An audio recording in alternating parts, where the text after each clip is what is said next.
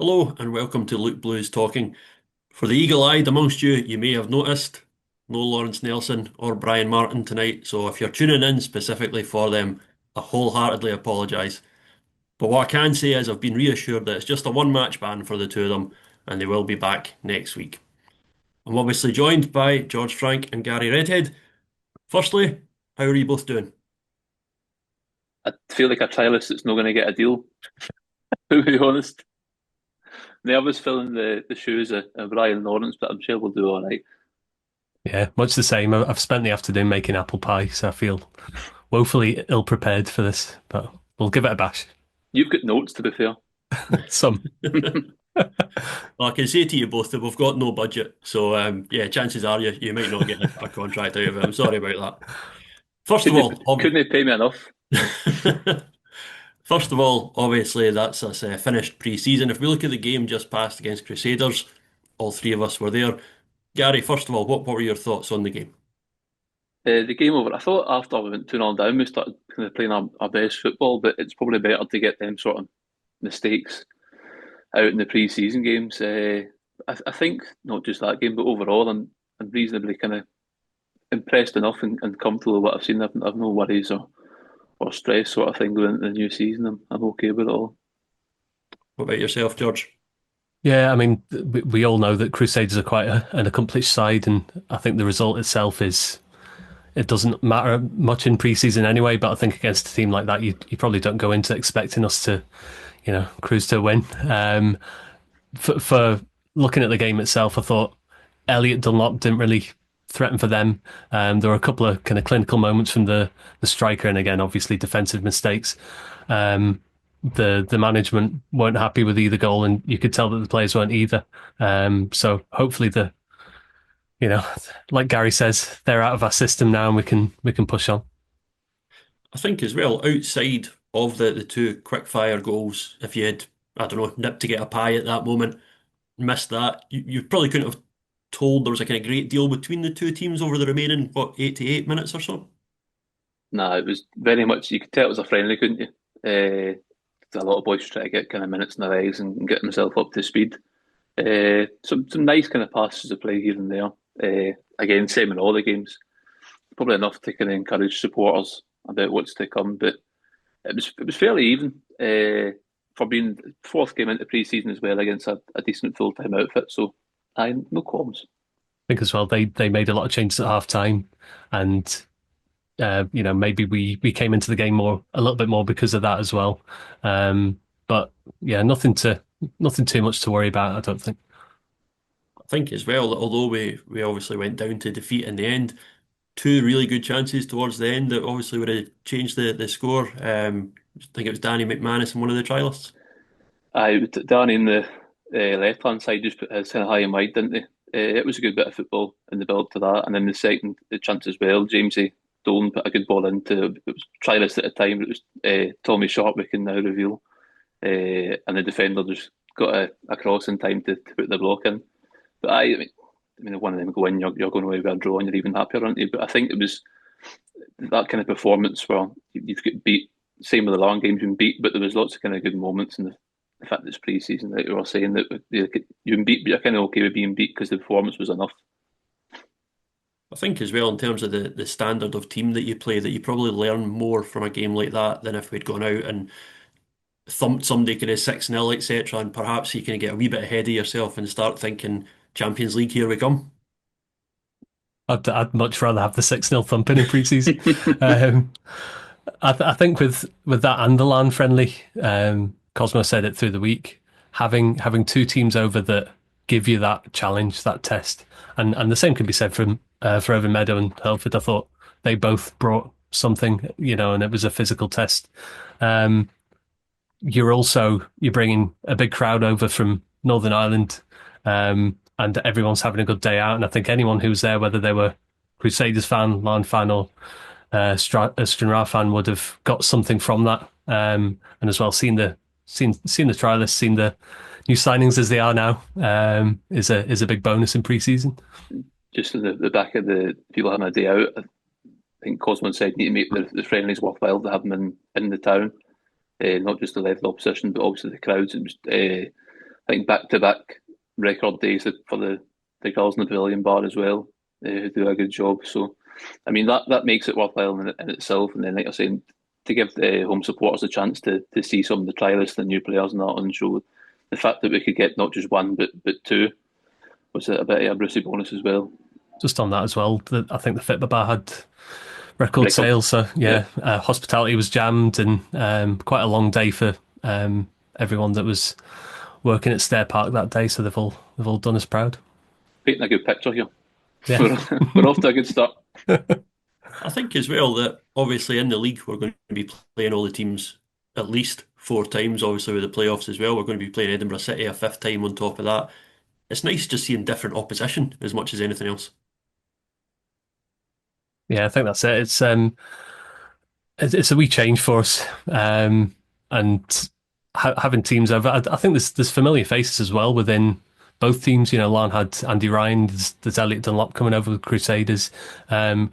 You saw with last year with Larne coming over, they were in Europe a few weeks after that. So you're going, oh, that's this fella who was playing at Stair Park a couple of weeks ago. So yeah, it is that kind of something a bit different, something away from the usual kind of 9 teams that you play four times a season that's coming up. Obviously, we've mentioned trialists there. 2 of those trialists have become signings. Imagine, obviously, with yourselves both being involved with the club in official capacity, has it been a busy day? Right now, everybody's a busy day, isn't it, George? It's there's always something going on, always happening. Obviously, we get the luxury maybe getting a wee bit more notice for these sort of things. Sometimes you don't, sometimes you do. We told kind of late last night, obviously Tommy and Sal were both coming in, so we get everything sorted. Laura and Stephen get everything sorted on their side, and then me and George with the media side of things as well. Got it sorted and online today. Yeah, it was a For message from those that have... sorry, Sorry, go, George. Stephen had put in the group chat something about the in-betweeners thing with Lee Sharp. So I was up till 12:30 last night editing Tommy Sharpington in-betweeners videos, and that's kind of a normal evening for us now. 15 seconds of pure gold, but the wait was worth it. For those that have either only been to maybe kind of one friendly or haven't seen any of the friendlies, what do you think that the 2, as I say, former trialists, what do you think they'll bring to the club, Gary? I think, well, we've seen with Tommy, it's 110% in every game he played. He looks a solid 7 out of 10 at least every week. It's a bit of consistency. I think he can cover a number of positions, maybe across midfield. He could probably drop back, maybe to right back, the looks of him as well. So I think there's plenty of positions he can cover there. With Sal, he quite impressed me, to be fair, when I first seen him at Irvine. He's quick, quite deceptively strong. Noticed him against Crusaders on Saturday, a couple of times he held the ball up quite well and goes up the park. Not afraid to beat. Everybody wants to go to football and watch exciting players that are going to take their man on and beat them, create chances. And he done that on Saturday. And whether it was putting a couple of good balls in the box or creating chances for himself, getting shots away, obviously he scored as well. It's something we didn't really have in terms of the speed, I think, as well. So it's another option up front. Obviously, we're kind of needing it with Robbie out long term now and Devon hopefully back soon. So that would 3 options now up front until Robbie gets back. In terms of the squad, obviously, again, they always want this, but are there areas that you would like us to further strengthen? I was going to say goalkeeper, but I think everybody knows, obviously, Stevie touched on it in his post-match on Saturday, what's happened with the goalkeeper situation. Apart from that, you'd maybe say, because of what's happened to Robbie, you'd like to see one more in up front. And I think, they touched on it. They're probably still looking for maybe one more, whether it's maybe in the loan market at some point in time. That's probably the only other area, I think, is goals. That's what we're looking for now. There's plenty of options across midfield, plenty of options at the back as well. I'm quite happy with the options we've got there. So again, it's probably just maybe that one more striker, one more option up top to get some goals. What about yourself, George? Yeah, I think I'd echo what Gary's saying. I think we probably need something extra up top. Like he says, I think Sal brings a different dimension. And I was thinking back to the 2014-15 season when we had Danny Stoney, who we could just bring on, and he had lightning pace, scared the life out of defenders, and hopefully see a bit of that from Sal. But no, I'm happy on the whole. I think defensively we've looked solid. Those two mistakes aside on Saturday, the midfield we're very well stocked, and I think another strike will just be the cherry on the cake, and hopefully it's the right kind of player for that position. I guess as well that if you were to go around fans of the other 9 teams in League Two, you said to them, what position would you like to strengthen? It would be that 15, 20 plus goal a season striker. Yeah, they don't grow in trees. I think if you go over different kind of clubs' social media channels and look at what supporters are saying, I know obviously people read Pie and Bovril as well. It's very much the same. Every team's the same. There's maybe one or two teams that have, like Stirling Albion, maybe got 3 or 4 centre forwards there they can kind of rely on. There's maybe 1 or 2 teams that are probably like that, but everybody else is kind of in the same boat, in the same position. That's why I was happy to get Sal tied up as well, because I think other clubs might have seen his kind of performances for us and might have maybe started sniffing around, and then maybe that's an option. And it didn't help the fact that obviously it was man of the match on Saturday and we had to put it out there, obviously. But it was good to get him tied up as well. I think we maybe find now, once the League Cup games are kind of out of the way, you'll maybe start to see a few more players maybe on trial elsewhere, or full-time teams like to keep their players available for these kind of cup games and see what they're made of, and then after that maybe ship them out on loan. So you might see one or two moves around the league, maybe one more including ourselves as well after they're done. Obviously that kind of takes care of the Crusaders game. One man that we spoke to after the match was Scott Ruff. I think now's as good a time as any to get a little introduction, a little fact-finding mission about him. First things first, Scott, welcome to the club. Thank you, I appreciate that, cheers. Again, easiest question in the world to ask. First of all, how did the move come about? There were certainly rumours for a wee while that yourself and Jordan were coming in. So I think it happened about like February, March time or something like that. Tiff got a hold of us, because I think he's like good pals with the Beeve manager and stuff like that. So I kind of came about that way because I was out of contract at Beeve, and then just signed back in March, I think it was. Obviously there's the pyramid system in place so teams can move up, but was the chance to jump into the SPFL, was that a kind of no-brainer for you? Yeah, I think that was kind of always hopefully like my plan, and then as Tiff got a hold of me, I knew that that's what I wanted to be, so yeah, it was all good. Did you know he was looking at Jordan as well at the same time? I think it was Jordan first, and then after I think through Jordan, yeah. Obviously, for Stranraer fans, Stephen Noble at Beath, did you speak to him about it at all? Yeah. So actually, I spoke to Steg when it kind of started happening, and Steg was like, 100% go there, you'll love it there and stuff like that, because I think he had a brilliant time here as well. So yeah, he kind of convinced me. Didn't need convincing, but yeah.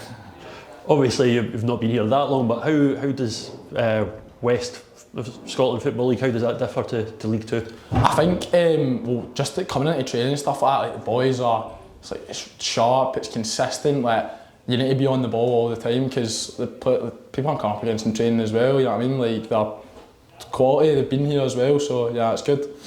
And in terms of yourself, as we say, making that step up, were you able to have a kind of close season, or have you been kind of working yourself to make sure you hit the ground running? Yeah, funnily enough, I think the junior season finishes later, so I think I had maybe about 2-3 weeks off, so I kind of try to make sure I was up to fitness, up to scratch before I came in, so yeah, kind of just straight to it. How have you enjoyed pre-season? Obviously a kind of a mixture of teams to play against. And obviously first pre-season game against like good opposition and stuff like that, I think it's been brilliant, like, it's been a good mix. Obviously teams from Northern Ireland and stuff like that, and then Meda, Hurlford, so teams I've played against before, and then obviously today as well. It's good competition we're playing up against, so yeah.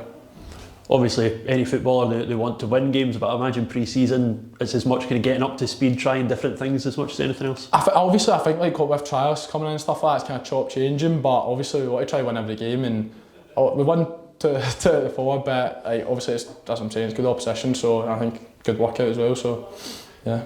And the real stuff starts next weekend, and against a team that was obviously playing in the Premiership last year. Yeah, I'm buzzing for that, honestly. I think like when Tiff was kind of getting me in, that was kind of obviously a big appeal as well, playing in the League Cup, so Ross County, Parthis, Queen of South, Edinburgh City, all big teams, so yeah, buzzing for that, man.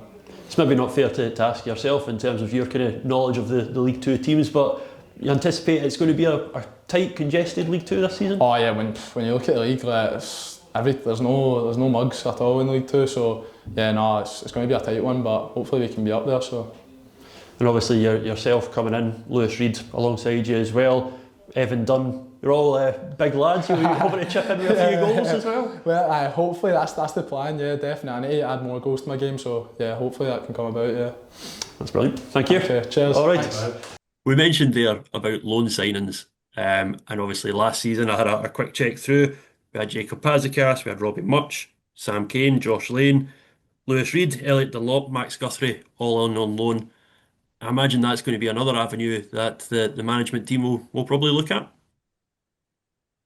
Yeah, I think so. It's you tend to see these loan moves further down the line, and I would say the way we are now, that in terms of numbers, there's probably not an awful lot of room for adding loan signings, and it may be that's something we look at in January as a kind of any wholesale changes that we need to make at that point would come from the loan market. But we've had a lot of joy from loans in not just in recent seasons, over the years, and having that at our disposal at a later time when maybe finances can be a bit more difficult in January, it's a good thing.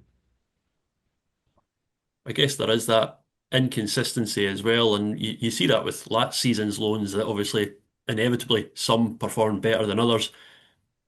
Just because you're bringing in a player from a higher level doesn't necessarily mean they're going to come in and be an absolute superstar, I guess.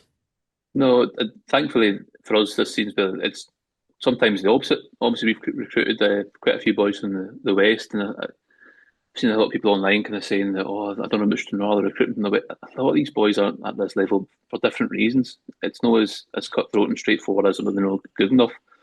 Obviously, we know a lot's like financial reason, but sometimes it's personal stuff. Closer to home, closer to family. Don't like travelling. Don't really want to do the travelling. There's loads of different reasons.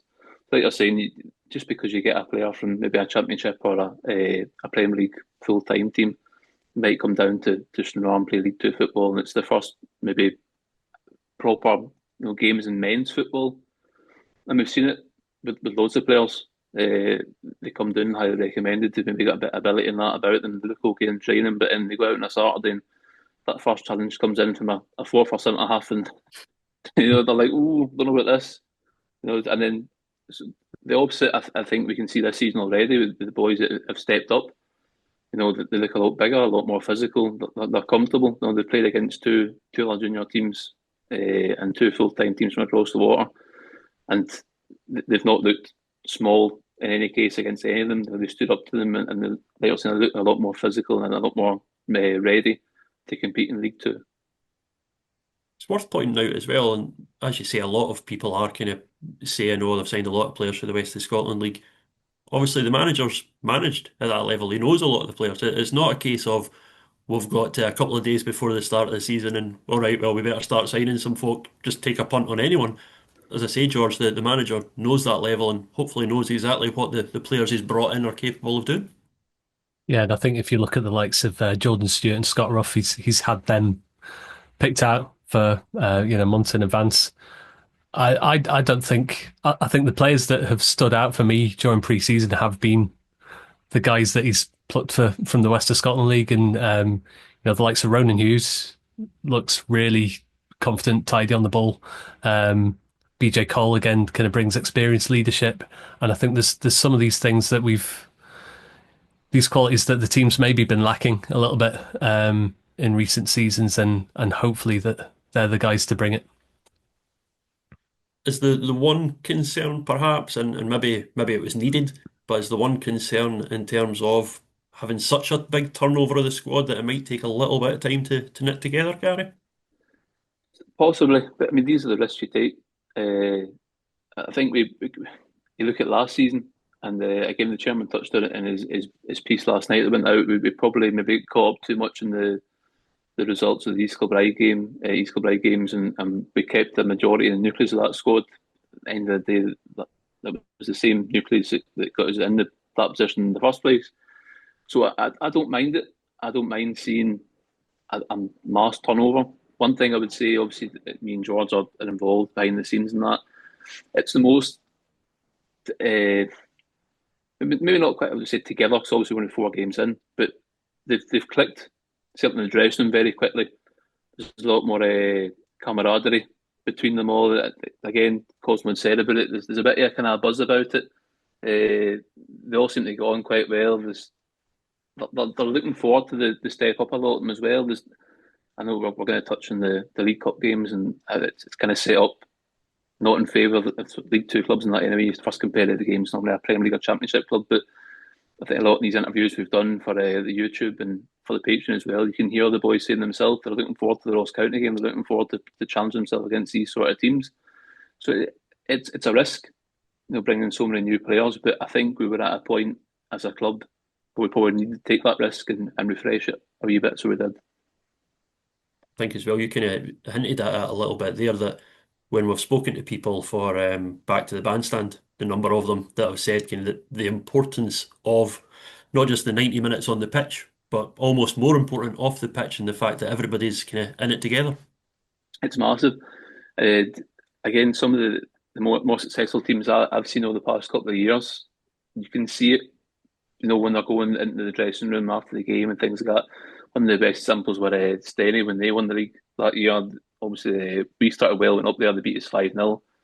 And you just thought they won the league that day with the dressing room, the way it was going off. And I think it was a few kind of looks like, 6 games in here. But to give them the credit, when they beat us at Stair Park the next time, it was the same songs they were singing, it was the same sort of atmosphere, it was the same, togetherness. And you were like, well, this is why they're successful.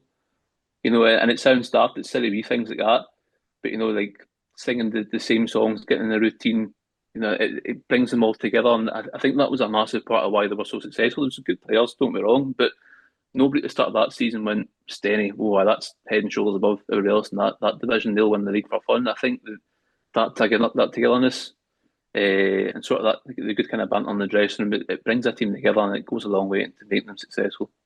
One of these kind of intangibles as well, I think that people don't always pick up on with football is that, if you think about it, it makes sense. If you go into your work looking forward to it and enjoying it, you're going to perform better, aren't you? It's the same as any job. It's cliche and people roll their eyes, but that's it. If we've got players going to training on Tuesday, Thursday night thinking, can't bother with this, and they're coming down 2 hours on the bus, and they're like, give or take this game of the day, I can't really be bothered.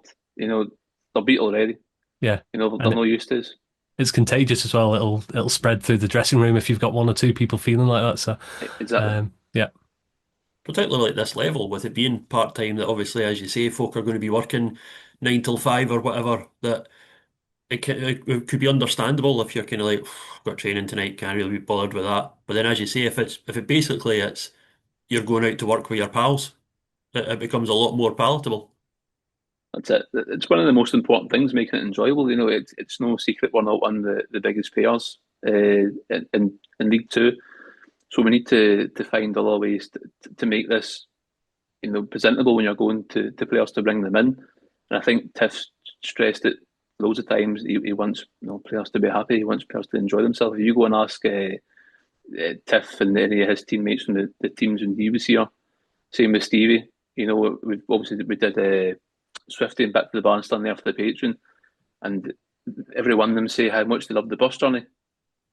And it's one of them things that's like, 2 hours bus, and they're like, it's not even that long, it's not that bad, blah, blah, because they loved it. They loved being around the other players they were playing with, and they just loved being a part of the club.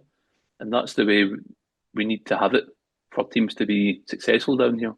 Mm-hmm. You've kind of hinted at it a couple of times as well.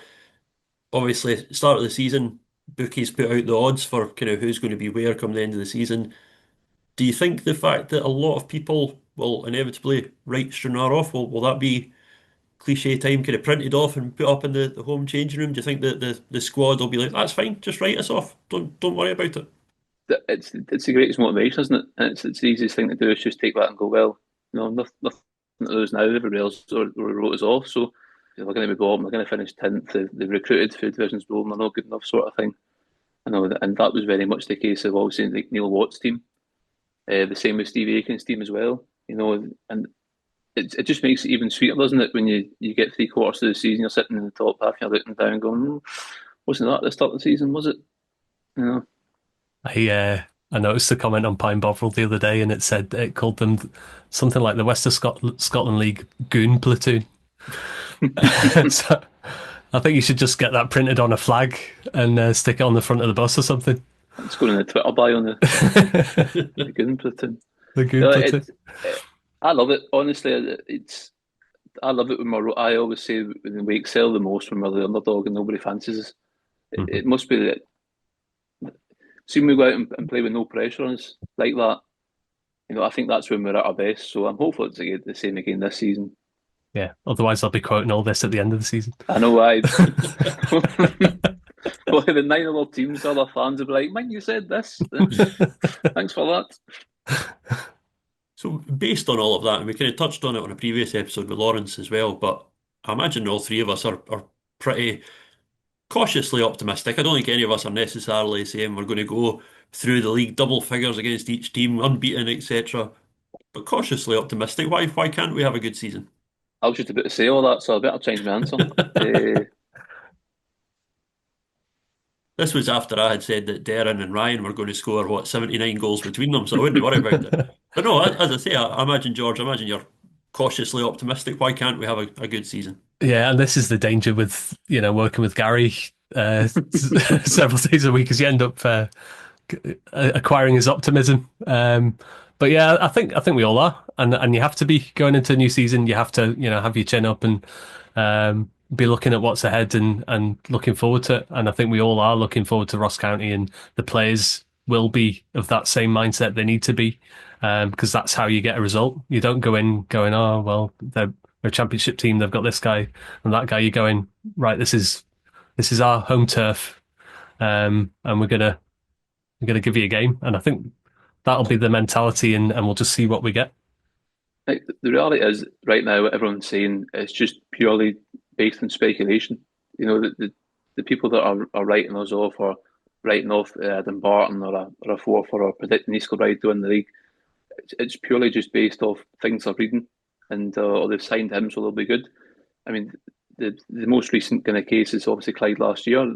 Clyde looked like they recruited really well pre-season, done all right in the cup, and then it just fell apart for them as the season started. And they were heavy favourites. So it's all kind of theories based on paper and out, but football's played in grass, isn't it? So Or once you, or AstroTurf, correct. So I think once you get the League Cup games out of the way, and once you've kind of played everybody once in the league, you're about maybe 15 competitive games in at that point, including Challenge Cup. So I think by that point we'll have a better idea of who's who and who's where, and how the kind of season will go. But until then, it's take each game as it comes, don't you? Right, I think we've waffled on for long enough. Let's actually look to the games that are coming up. We're recording on the Wednesday. This time next week, we should have played Ross County and Partick Thistle. What are you expecting from those two games, Gary?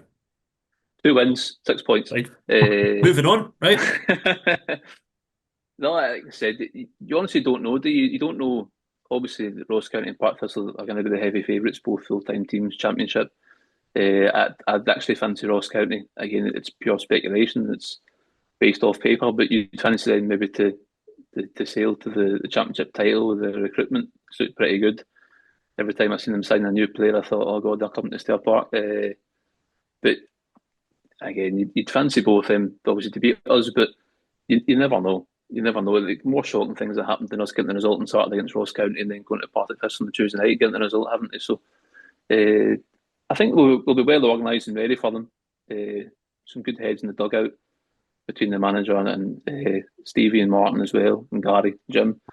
They're starting 11 there. But you're just hoping for 2 good performances, aren't you? What can we expect, George, from looking ahead to this?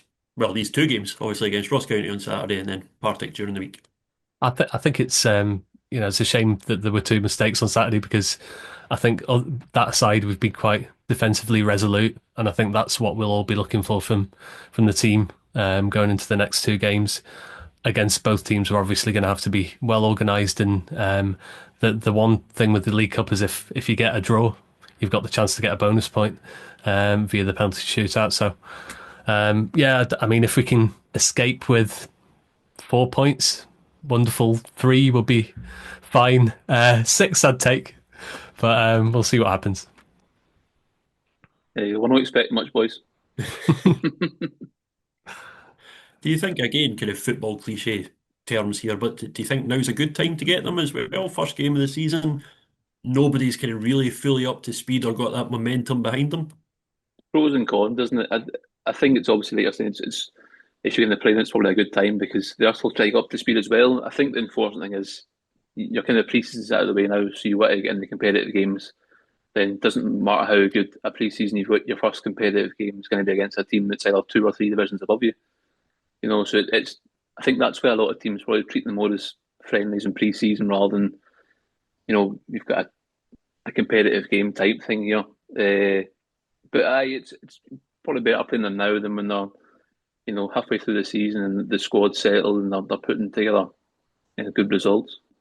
I think it's like I said the other week. It's you want to be trying to catch them when they're not quite up to speed, and hopefully we are. You'd like to think that with the friendly matches we've had, we're hopefully in a good position where we can give them a game.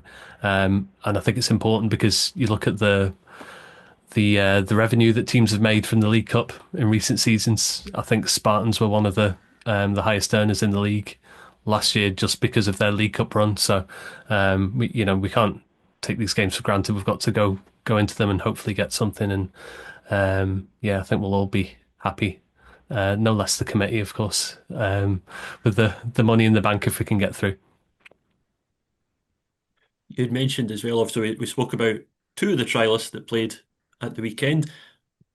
There's still perhaps that one position that needs sorted.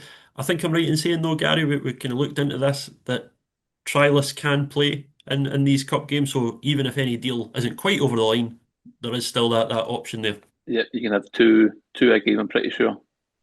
So even if we don't get the paperwork all sorted for Saturday, I would fully expect that trialist to still be between the sticks for us. One last thing that I wanted to ask you both as well. I'm not sure if you saw it in the news during the week, but Partick Thistle had said about the possibility of could fans put a player up? Could a player stay with them? I'm intrigued. What player, past or present, Gary, George, what player, past or present from Stranraer, would you let sleep in your spare room? I'll tell you what, that's on the spot, is it no? I wasn't ready for that one. Yeah, he could move in for the next 30 years. Legend in this house. The keys to George's house. Oh God, I don't know. That's a tricky one, isn't it? I wouldn't have big Armand. I wouldn't have a bed big enough for him. Couldn't feed him anyway. No, I couldn't have Malky either. I couldn't trust him. Jesus, the things he gets up. I think to balance it out, I'll name mine. It gives Gary a little bit more thinking time. I'd let Giuliano Moreno move in. All round nice guy. Gave me a shirt at the end of the season, so it's only right that if he needs put up, then I can let him sleep in the spare room. Plus, is the Italian food. Well, you've had that question ready for a long time. Just waiting to fill that out, haven't you? It's just a love letter to Giuliano. If it's Italian food and they go, I'll have them as well. So with that in mind, folks, I'm sure we can put that out to the general population, out to the Stranraer fans. What player, past or present, would you let kind of move in with you, kip on the couch, as it were? Who would it be? In the meantime, as I say, we're counting down to the season getting underway. We'll see you all next week. And as I said at the start, don't worry, Laurence and Brian will be back from their travels.